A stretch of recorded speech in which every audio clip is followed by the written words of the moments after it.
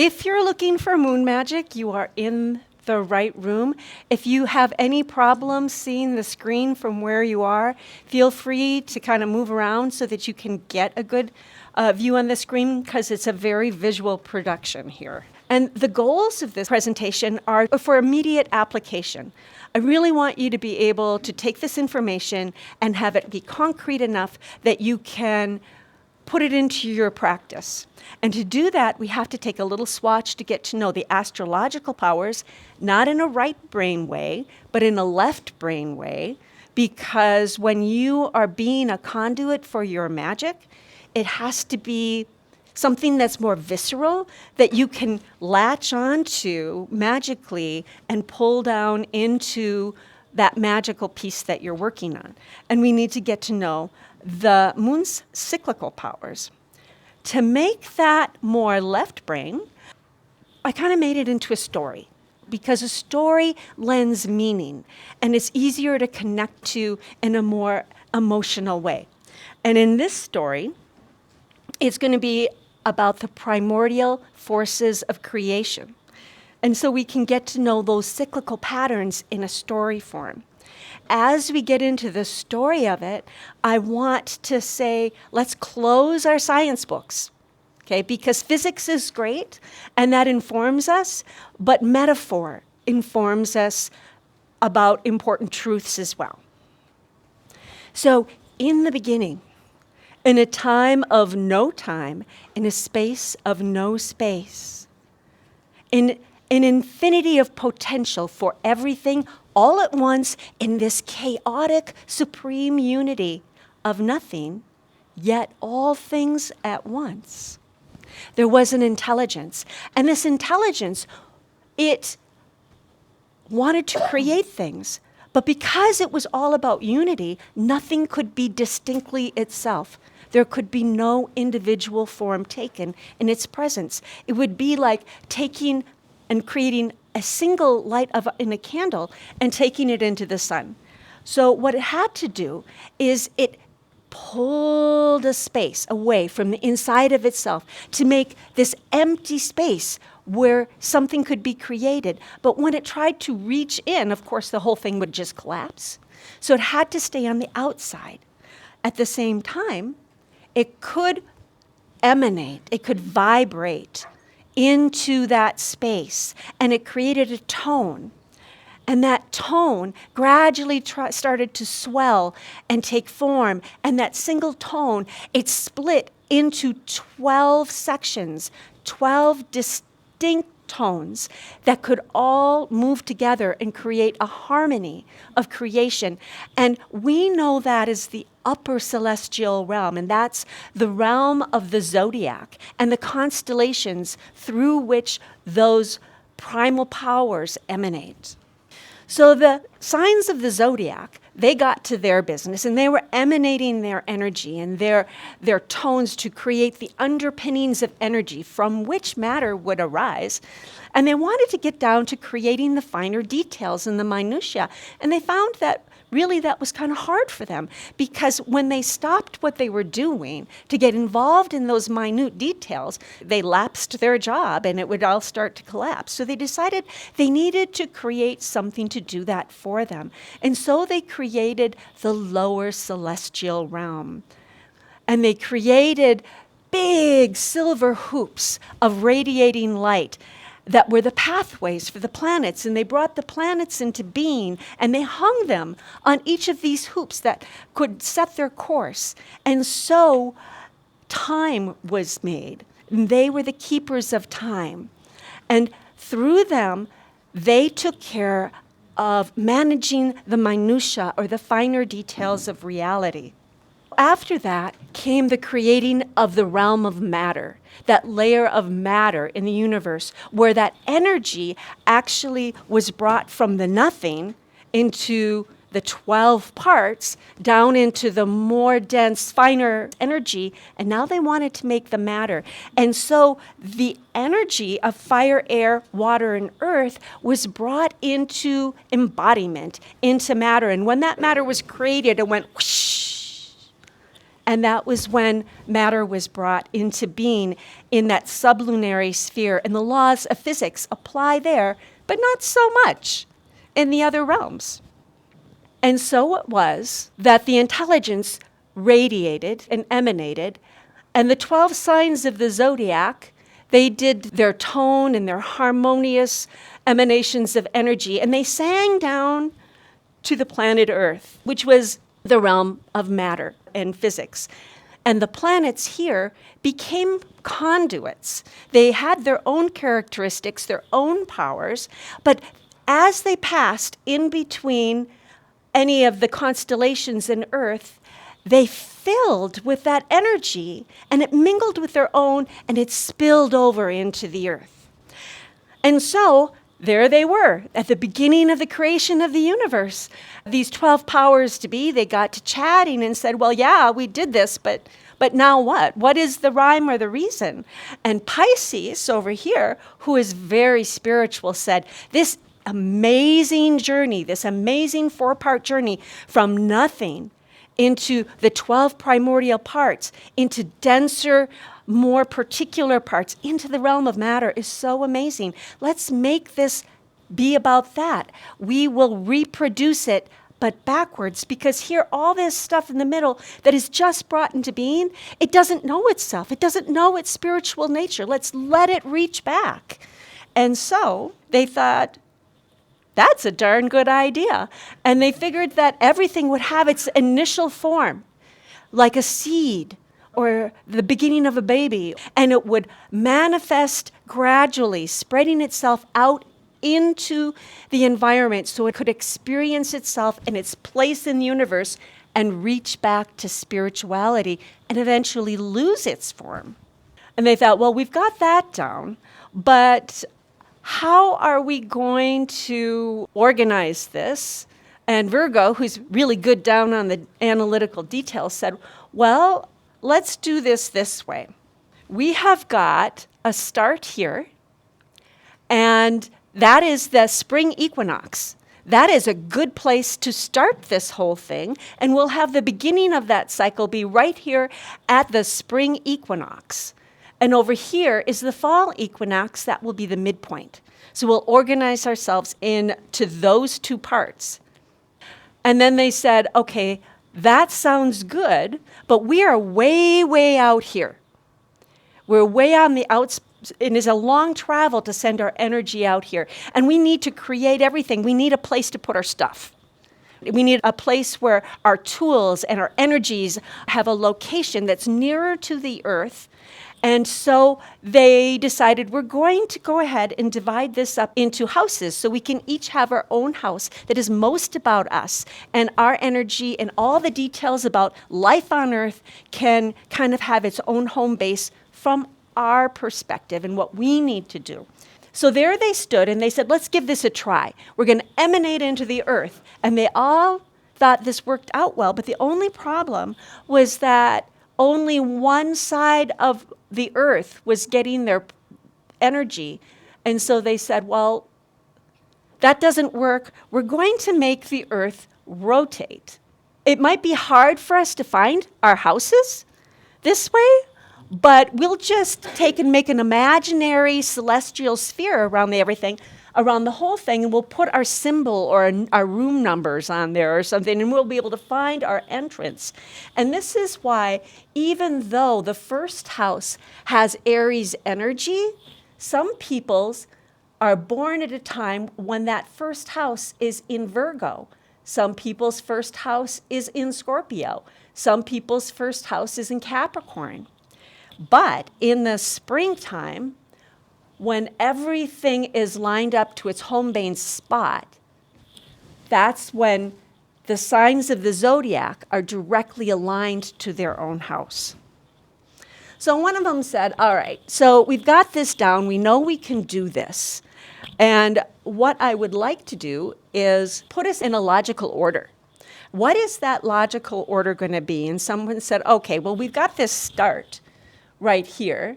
Why don't we make the bottom half be all about the initial form. And all of you signs that are all about something taking its initial form, you get down on the bottom.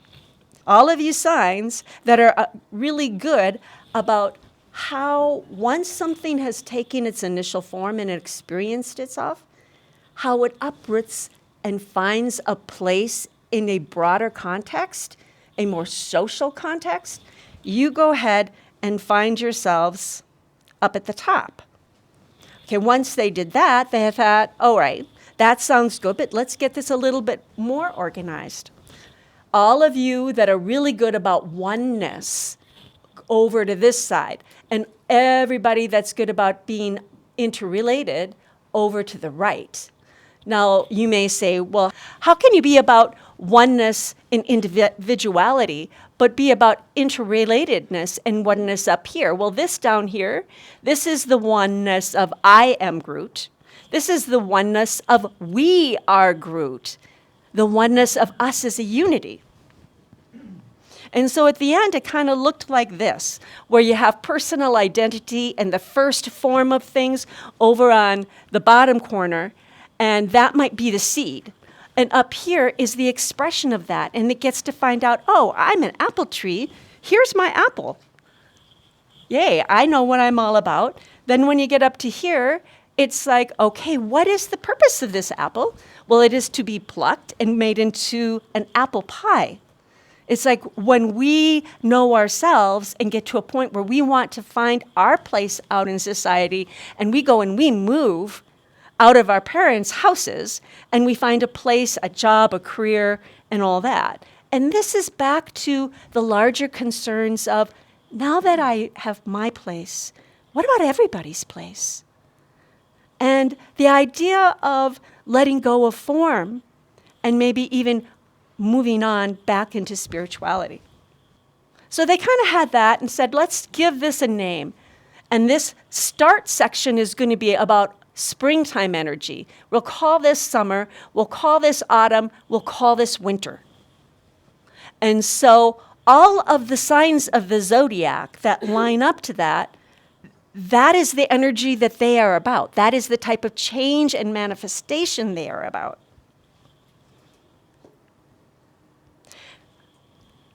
And the moon, being the closest to the earth and the fastest mover, what took them a whole year of unfolding, because the moon travels between each sign and the earth in one lunar month, it captures the entire cycle of manifestation in one lunar month, and it spills over into the earth where we can have easier access to it for magical purposes.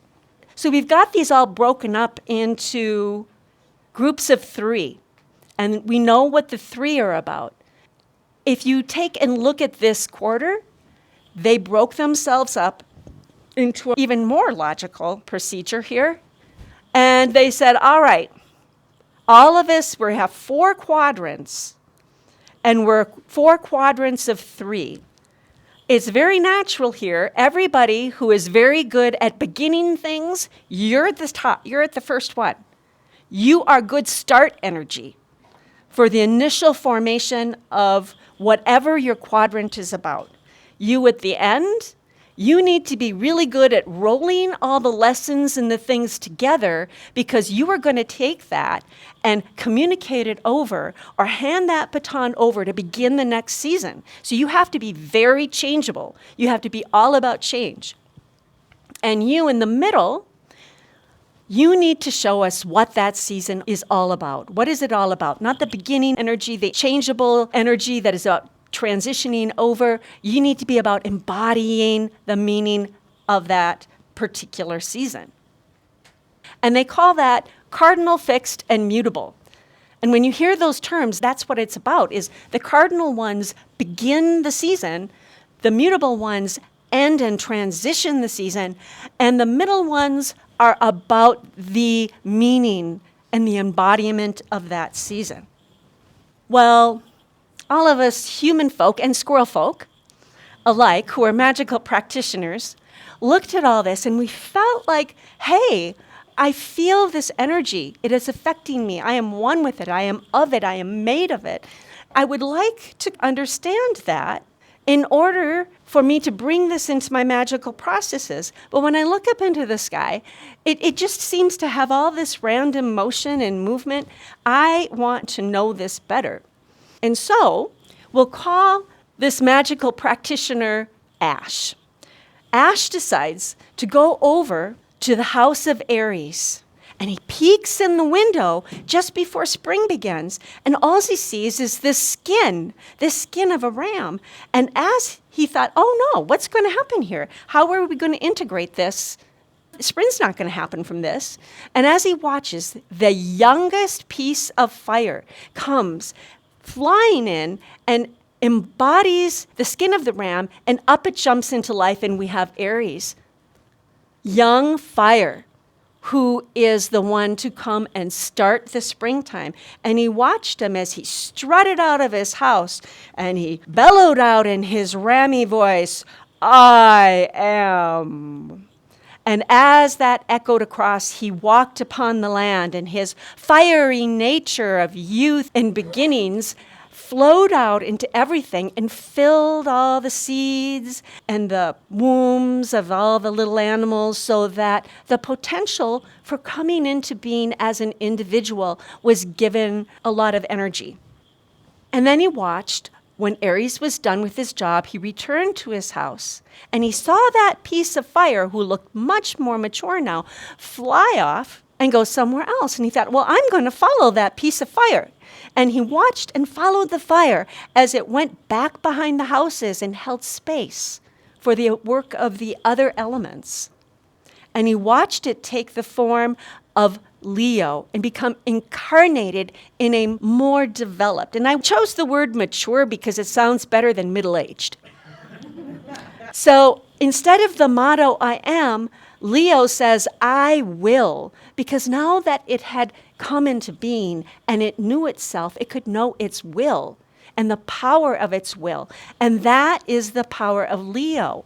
So it matured. And after that, it went from Leo and then incarnated as Sagittarius, elder fire, at the end of the fall. And the three of them were positioned like this, with Aries as young fire, the incarnation of young fire in its youth, in the spring to start things out. And Leo incarnated as mature fire, embodying the summer. So there it's at basking in the fun and the pleasure of summer at its height. And it learned about itself and what it liked to do and how it liked to play and what its hobbies were, and unfolded its identity into its immediate environment, to the people that were closest to it. And then at the fall here, where its motto was, I perceive. By that time, it had come to know itself, and it looked up and it was observing everything, and it saw that the sun had been dying. It was getting to be the longest night of the year, and it took its bow and its fiery arrow and let it fly into the wintertime so it could be used to relight the sun on solstice morning, because the winter would have no fire otherwise. And the moon brought to earth those energies in 1 month, what it took the rest of them to do in a year. So he decided, I want to see if this happens with the next one. And he said, yeah. He peeked in the window of Taurus, and there was that skin of Taurus empty, and the youngest piece of the essence of Earth flew into it. And it grew into Taurus, and it said, I have. Because Aries, its motto was, I am. And once he got there, it was all about, well, what do I have? Where does my stuff come from? I need some stuff. Need to know what I like and what I value. And so he proceeded later on to incarnate as Virgo, because once he had things, he needed to be able to analyze them and see how they related to others. And his job as a mutable sign was to understand the things in his section and that matter and package it all up in an understandable way, because he was going to have to bench press that up into the fall. Then as cardinal, his cardinal sign, elder earth, he would begin the winter. So here you see here, the I have into the I analyze. He's got to package that all up in a way that makes sense and bench press it up into the autumn to be incarnated into its social identity. It's a new form of identity. And he saw the same thing happened with Gemini, Libra, and Aquarius. It wasn't 3 different signs. It was incarnations of a single element. And it was the same thing with Cancer, Scorpio, and Pisces. Incarnating first as beginning energy, then embodying energy, and then transitioning energy when it came to transitioning into spirituality and potentially losing form to take on another. So there we are. They said, well, hey, this is all really great, and we can get this energy down to the earth in a year. However, what happens on a grand scale also happens on smaller scales, and life on earth needs our energy more quickly than that. So how do we do that? And the moon said, well, I can do that. I can do that. I can do what you do in a year. I can bring to earth in a month. And they said, that's a really hard job. How will you do that? And the moon said, I am reflective. I will model myself after all of your phases, and I will be able to bring them down into earth. And so he did. If we want to know the nature of the moon, we could easily say the nature of the moon is evolution. The moon can bring not just the changes that we see in its own form, it brings the changes of the entire zodiac that happen in a whole year. So let's take a look at the nature of the moon. Every sign is ruled by a planet. It has its own characteristic in nature, but whatever it most closely resonates with is the sign that it's going to rule. And some planets have 2 signs because there's kind of an abundance of signs. So here for the moon, it rules the sign of Cancer, and it's all about these water things. And what is the moon but a timepiece?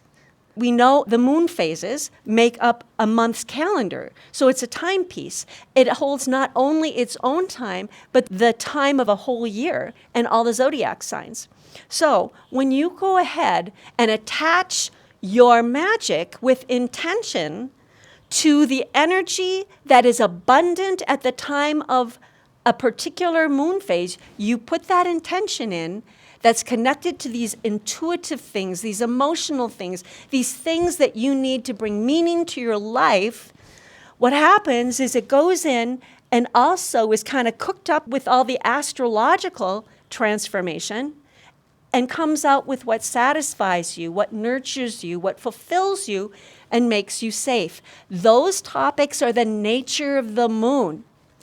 If you tailor your magical working to the phases of the moon and to what sign that moon is in, it takes a ride. It takes a ride with that evolution and is tagged into that power that is transformative. So let's go take a look at the moon and see how all of this is also manifested in the moon. And I want to do some clarification of terms here. We have this term, new moon, and often it's used for the new moon that when it's dark, the dark moon. And it's often also used at that first crescent moon that you can see in the sky, and both terms are correct. You will most often see new moon as dark moon, almost always in astrological references, or witches who practice the blending of astrology and magical practice. And the waxing crescent moon, it's not wrong to use it then either. But for the purposes of this particular presentation, we're going to call this new moon dark moon. So here we have up here this term lunar deja vu. How does this emulate what we just saw about the whole construction of the universe. There is a journey, and it goes from the nothing, the blank slate, your blank page, to manifestation. It goes from the belly, or the belly of the earth, all the way up to full manifestation at the full moon. It's the hero's journey. You go out and you get a thing. And at the full moon, it is the full manifestation of that thing. So it could be a career. It could be improving your love life. It could be wanting to build more security in your life. So up here is when you get there. But there's a hero's return journey.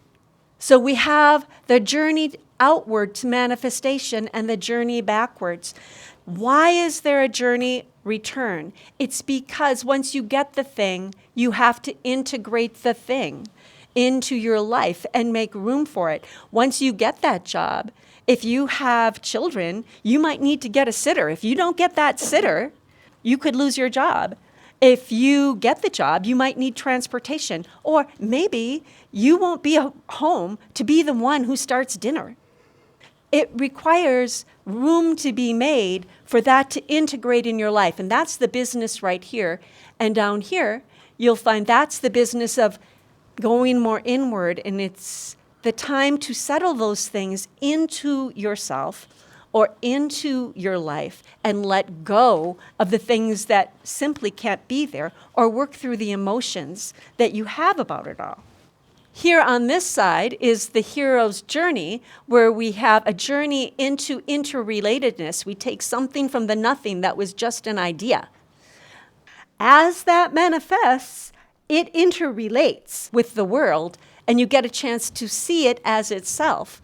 But here you get to see what that taking a place in reality means and how things need to reorganize to take that harvest. And then down here is the letting go. So in that way, it emulates the format of the universe that we saw with the constellations. Everything below this line is about the unseen, the inward things, the initial form.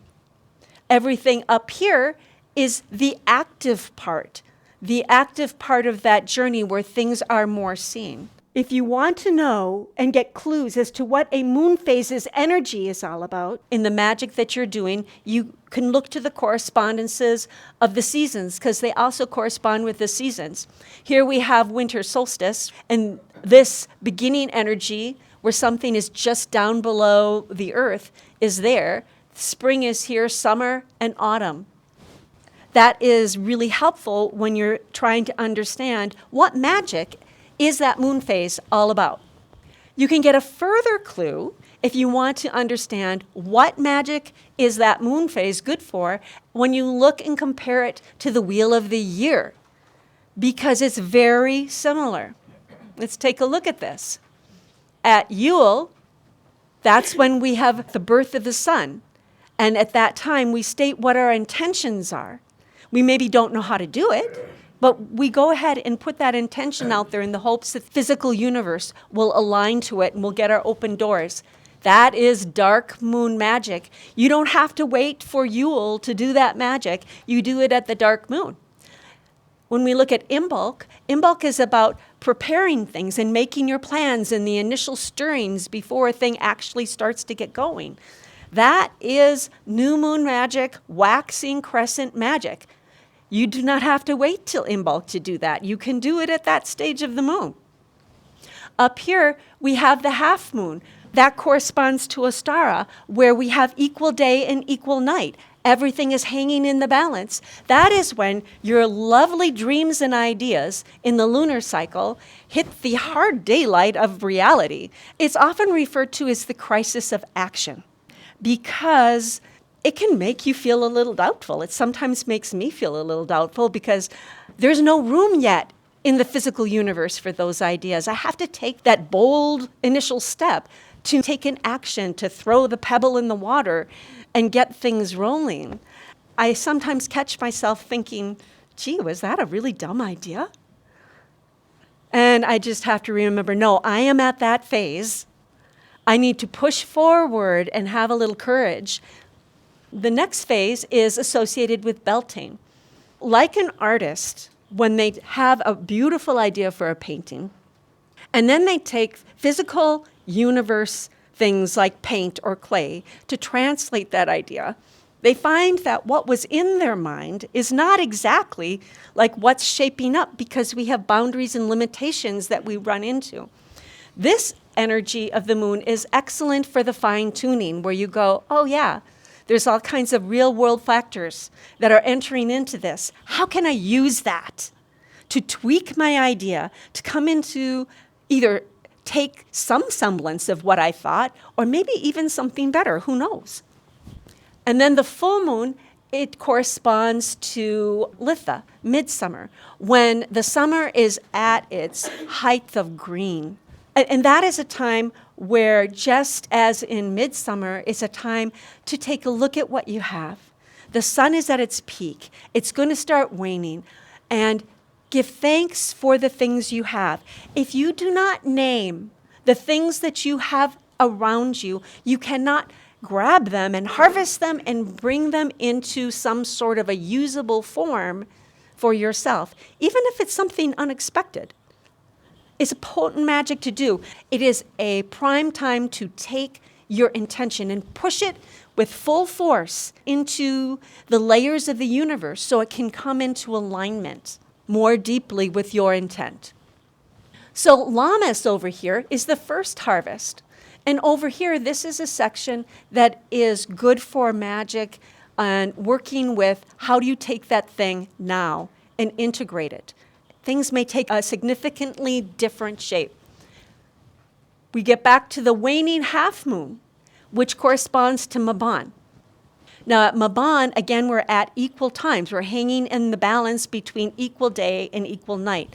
And here we're hanging in the balance where the moon is half light and half dark.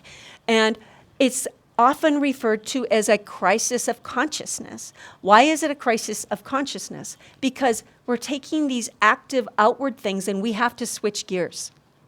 We are switching gears into inward work that is better for like shadow work and reflection and letting go and banishings. And that's something that you really need to take a moment for yourself and tune into yourself and do that work. It also informs us. Oftentimes, if we have got problems or things that are on our mind that worry us, it's really easy to fixate on those things. And if you do that, you can get stuck in that and not move forward. This division of activity is a lesson to us that we have this much time to do that and be productive. More than that, and it gets to be stirring the pot. And you don't get a productive reflection process and banishing process. You may feel like, well, I have to put my attention on that. In actuality, sometimes it's time to just move outward and take action, and you change the world around you. And when you get back to that place, you are different.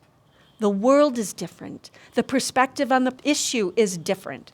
And then you can get more productive work done. So when it comes to our spell work, in the matter of making our cleansing sprays, some people don't like to use smoke to cleanse because it leaves, you can be allergic to that smoke. So they make infusions of water and put them in sprays and spray them around the room to do the cleansing. Or making your blessing sprays, or making amulets versus talisman. How do we know when to make those things? And the answer is that the time and date that you make those things, that you initiate those things, is his birth date. Just like we have a birth date in time that kind of tags us to certain energies, your working has a birth date in time. And when you make it at that time, it tags it on to those energies. In some types of workings, you can say start at the dark moon because you want to do something for bringing something to you, or you want to make something grow. You can extend its creation maybe up to the full moon and do things to process it and just end it at the full moon. Maybe you're making a blessing spray. So you started at the dark moon. and you set it out to gather energy until the full moon, and then you harvest that in at the full moon. Well, yeah, it will take on that momentum. Even if you don't formally harvest it down, it tends to take on momentum. The most significant date is its birth date. That is its characteristics. So how would we split this out? In a general sense of the term, if you want something to come to you or grow, you make this thing anywhere from the dark moon up into the full moon on the waxing side of things. If you want something that repels something or you want something to go away, you put it on the left side, the waning moon side. So a cleansing spray would be made on the waning, but a blessed spray on the waxing. You would release, have you ever made a spell and then you've got the thing that you made the spell from? And you need to retire that, right? You need to take it out of action. The time to do that would be in the waning moon when you're making it, generally in the waxing moon. Amulets and wards are protective items. You'd make those on the waning moon, but you'd make your talismans on the waxing moon because those are meant to bring things to you. So shadow work would be on the waning, attraction spells on the waxing. And that's a good general rule. So what about Mercury retrograde? What if you want to do magic and it's during Mercury retrograde? Mercury is a planet that's all about communication. So there's times when it can appear to go backwards in the sky. And during that time, it has been observed that communication can kind of go awry during that time. What's actually happening is that the energy of Mercury retrograde is excellent for, rather than going forward, it's for reviewing.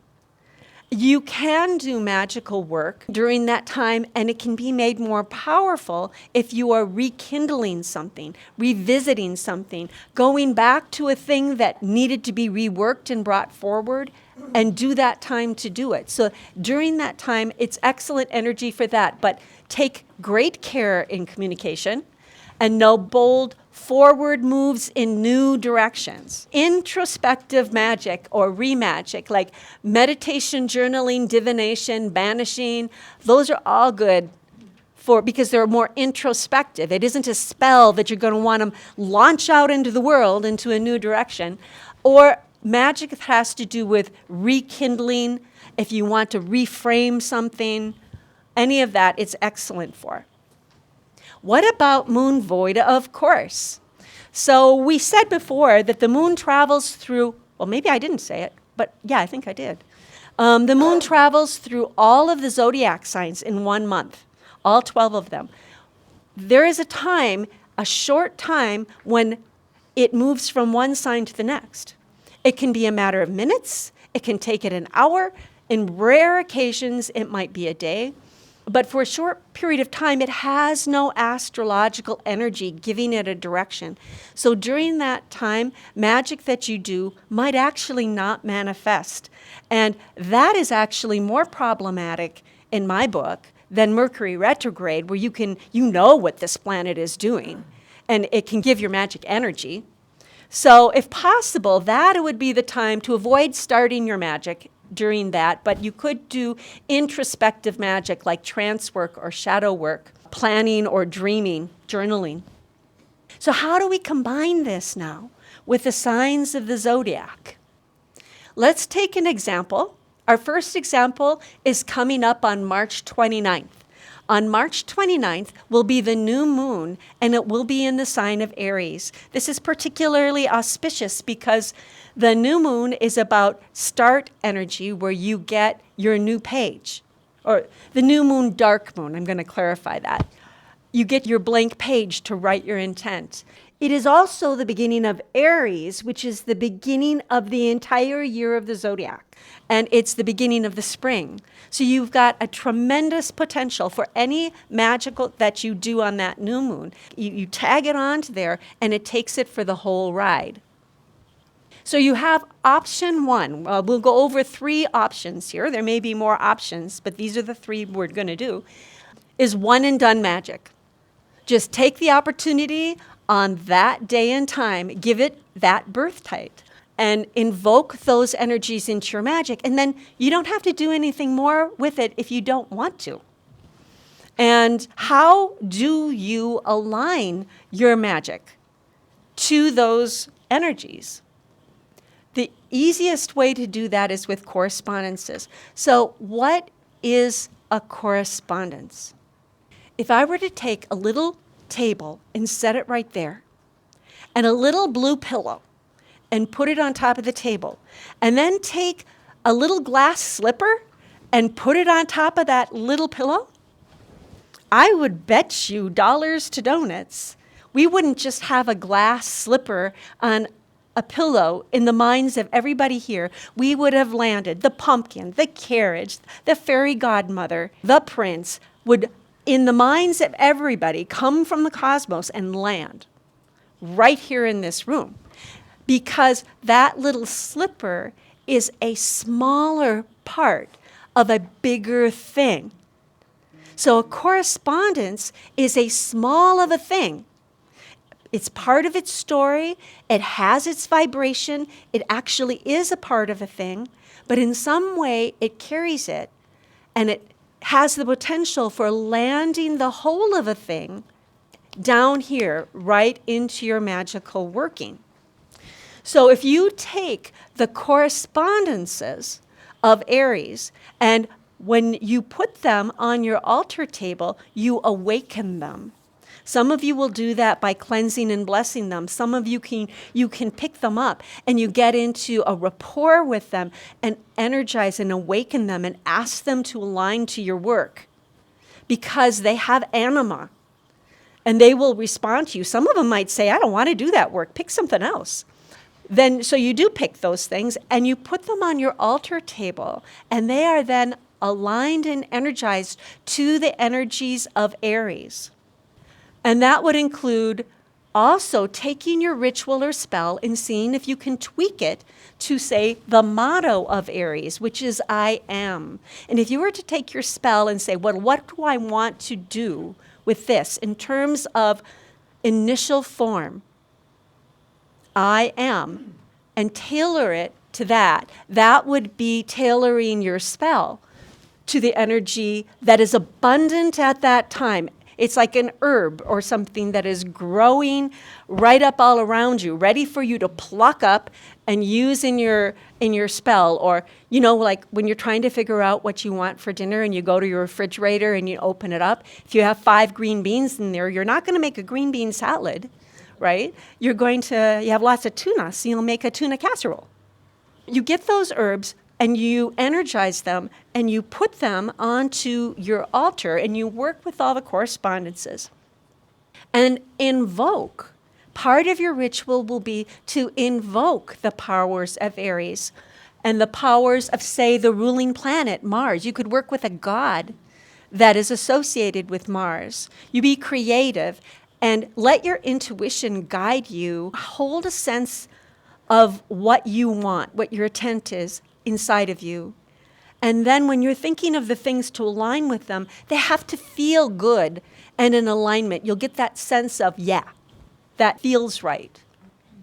So that's just a one and done. But you have option 2, which is use additional rituals and evolve this energy by being aware of what those phases of the moon are.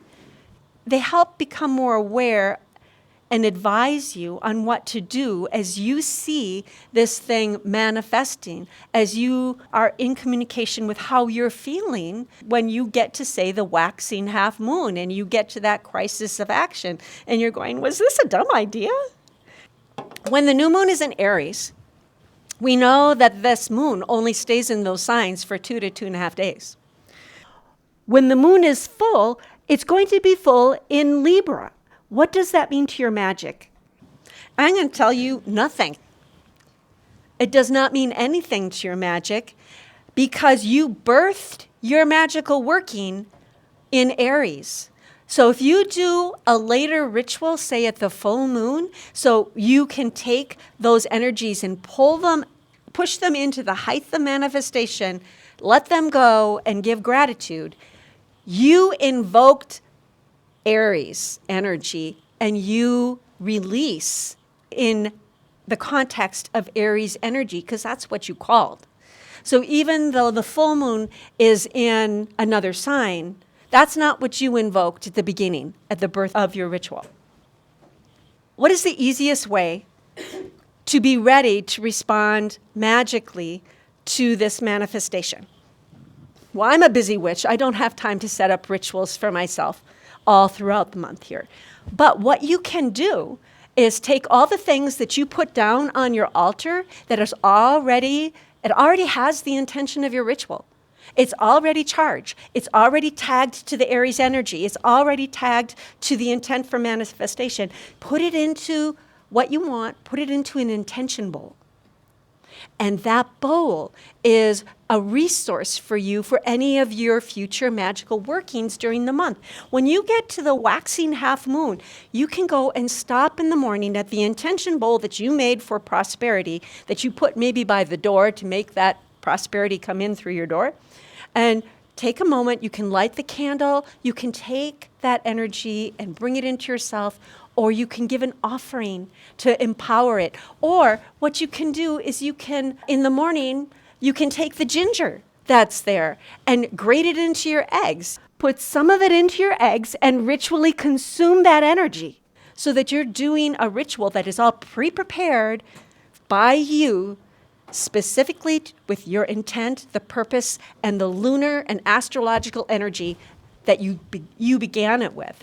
Or at the full moon, you want to maybe make an offering to Aries. So you take the rosemary that's in the bowl, and that's part of your ritual, and you burn it, and you send your intent into the energy and let it go with gratitude. You've got it ready for you.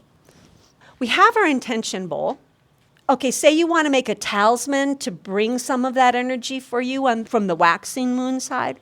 They have these little pouches where you take the bead and you slide it up and it opens up and you can put a stone in. If you had a stone in your intention bowl, you can quick take that, put it into there, and make a talisman. Say the incantations, set the intent for it to bring those things to you. And you've just made a talisman that is personalized to you. Or because this is a fire ritual, because you'd be tailoring it to the Aries energy, and you maybe would have decided to put a lotion candle in your initial ritual. Now, those are soy candles that when you burn them, the soy melts, and it's actually a lotion. So say you get to your waxing half moon, and you feel like you need a boost, light that candle, it melts, and then take a moment to meditate and take the lotion up and rub it into yourself. It's a great part of a fire ritual. While you've got that spell cooking, you might also want to do some other one-and-done spells. We've done this initial ritual. We want to do one because at work, we have a coworker that is just crossing all boundaries. They're making a mess of everything. You just don't want them by you anymore. But you don't want to hurt them. You just want to send them on their way. Maybe they get a promotion even, and they go out of your area. Maybe they move their cubicle so they're not right to you. So you want to make some hot foot powder. And you want to make the hot foot powder so you can sprinkle that in a place where they're going to walk. And then they pick it up on their shoes, and they pick that energy up, and it'll tend to move them on. So what energy would be best? Well, it's going to be waning moon energy. And if we look, say, at the waning half moon on Sunday, April 20th, we see that it moves into Aquarius. Well, we know that Aquarius is kind of altruistic. It's very innovative. Its motto is, I innovate. And it innovates for the well-being of everybody. And I think, I don't know if that's the energy that I want to tag into my hot foot powder. So let's look a little more. And we see that a little bit before that, the moon is actually in Capricorn. Capricorn is about rules that cannot be broken, boundaries and structure. It's about karma and consequences and learning important life lessons. That sounds like more the energy I want in my hot foot powder. So I'm going to make it tag it onto that energy and ride the back of that energy so I can have that in my hot foot powder. Now, in the meantime, so I go ahead and I make my hot foot powder during that time, and I think, I saw that Aquarius power, and that is something I would like to have in my home as a cleansing spray, something that's altruistic and innovative and can clear the way for new things in a way that is beneficial to all. I'm going to make a house cleansing spray during that time, or vinegar. You can do the same thing by infusing a vinegar, which has its own cleansing properties. If it's a balsamic vinegar, you can use it in a salad and consume it. If it is a white vinegar, you can cut it with water and clean your house with it. And then maybe at the end you decide, I have this intention bowl and my spell work is done and I want to retire these things and let this energy go. So you can either retire it all, or you can decide there's things in here I want to continue with this magic and have it evolve into the next new moon. So maybe you select a few things from that intention bowl to use in your next new moon ritual. And then you, in your cleansing process, you let these things go in a quiet, contemplative ritual. So we get to our next moon phase, and we find the next new moon isn't going to start in Aries. They tend to go along the zodiac in order, generally in order. And so if our next new moon, which happens on April 27th, it will be in Taurus, the I have. This is great energy to think in what you need in terms of I have energy in material ways. And instead you'd make your intention bowl with things that correspond to Taurus energy. When you get to full moon, the moon would be full in Scorpio, but it does not matter to this magic because you birthed it in Taurus. You might want to change the nature of your ritual. Whereas you did a fire ritual for Aries, you might want to get outdoors and take a walk with Taurus there.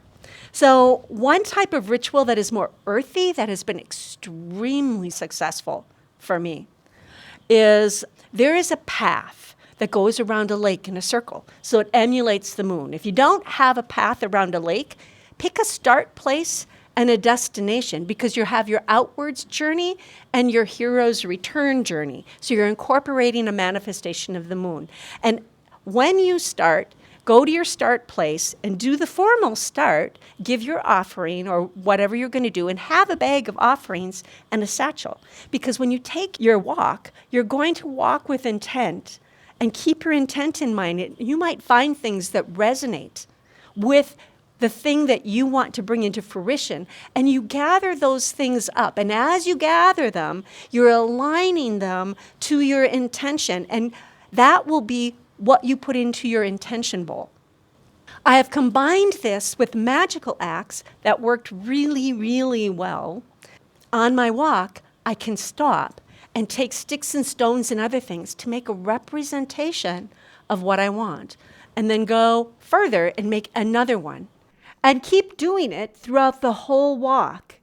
All right, so for those of you that don't like to do your magic on the dark moon, there's some people who really don't. You can do your new moon ritual on the crescent moon.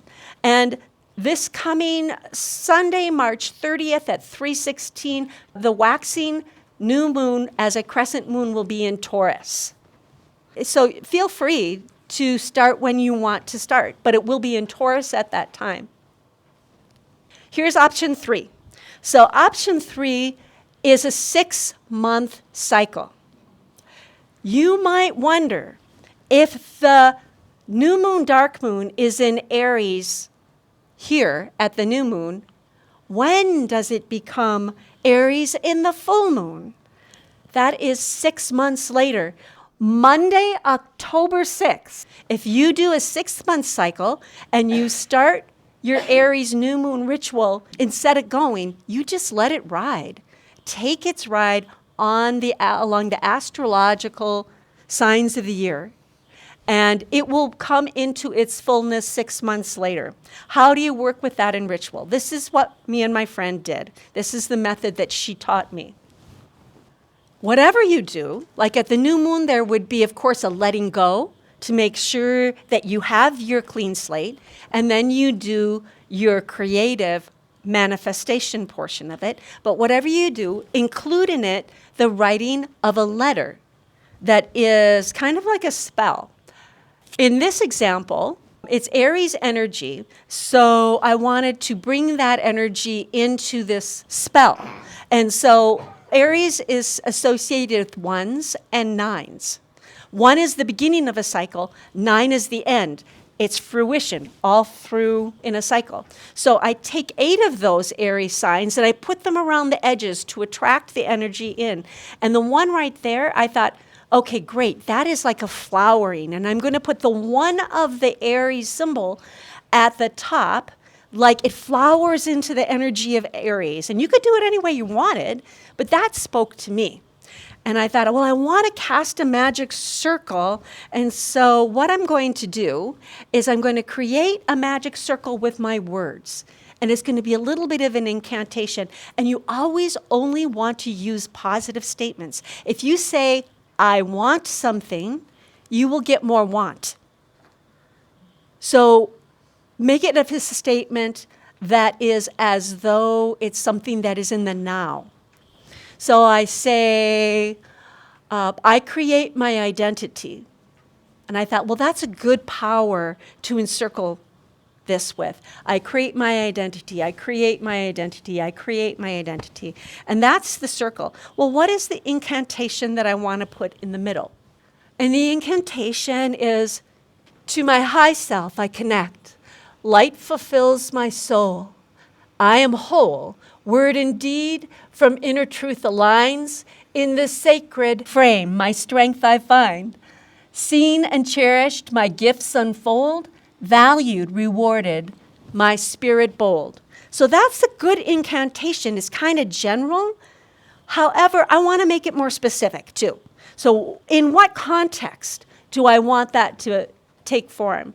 And around the edges, from the source of this, I envision that I want it to begin in this energy and take form in the areas of a promotion, an advancement, a raise, security. And so at the end of that spell, you sign it. Putting your name to it is an important way of sealing the deal. And maybe you might even want to anoint it, anoint the corners, or activate each of those symbols on the edges with anointing oil or water. Oil is kind of messy in my opinion. I like to go for the water. And then you can take little bits from your altar table, like some of the herbs or the correspondences or a small stone. Put it in the center, and when you fold the paper, you want these things to come to you. So you make the fold to you, and you intend that these things come to you.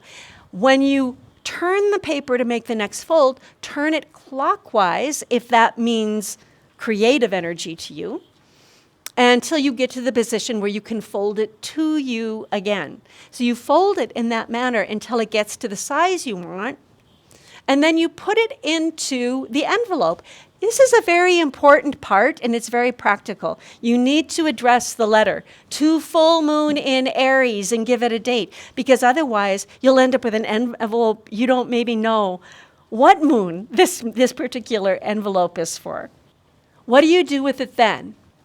On Monday, October 6th, it will be full moon in Aries. And whatever ritual that you do, a central part of it will be taking out that envelope. And in Catherine's tradition, before she came to Minnesota, she said they wouldn't even open them. They just burn them. Or if it's a fire ritual, you'd burn it. If it's water, you could send it into a lake. If it's an earth element, you might bury it so it can go into the earth and take root. But I said, hey, I want to read what I wrote. And she said, that's sensible. I always wanted to do that too. So you can open it up at that time. And also then you have access to the correspondences to use in your ritual. And they can be part of that pushing it into the last stages of manifestation, the offerings, the gratitude claiming, and you can go on and release your intentions that way. If you're doing your full moon in Aries ritual on October the 6th, what would you have done for your new moon ritual in September prior to that? Your new moon ritual would be in the sign of Virgo. So you would have started out, if you were doing a 6-month cycle, you would have started out launching your intent for that moon cycle in the sign of Virgo. When you get to your full moon, you grab your full moon in Aries envelope and you complete the energy of that cycle that you started 6 months earlier. 6 months later, from that new moon in Virgo, you will be taking your letter to Virgo and doing that one. So if you start this out, it will take 6 months before you've got a letter that you open at that full moon ritual. But between now and then, you can do one and done rituals if you like, or you can do the making your intention bowl and working with that, whatever way it seems right to you, in using any of the methods that we talked about. So that is all the information. And I can answer questions as my husband breaks this all down, because I know somebody else is going to want to get in here and use the room.